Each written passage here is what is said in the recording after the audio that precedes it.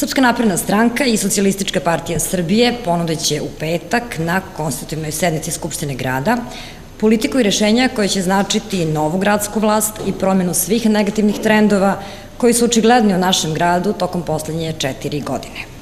Ta politika i ta rešenja podrazumevaju poštovanje izborne volje građana, politiku štednje u javnom sektoru, odlučivanje o našem gradu bez tutora iz Novog Sada i Beograda. Očekujemo da ćemo u petak imati većinu koja će podržati ovakve naše predloge. U tom smislu i danas se održavaju sastanci sa Savezom vojvođanskih Mađara na najvišem nivou.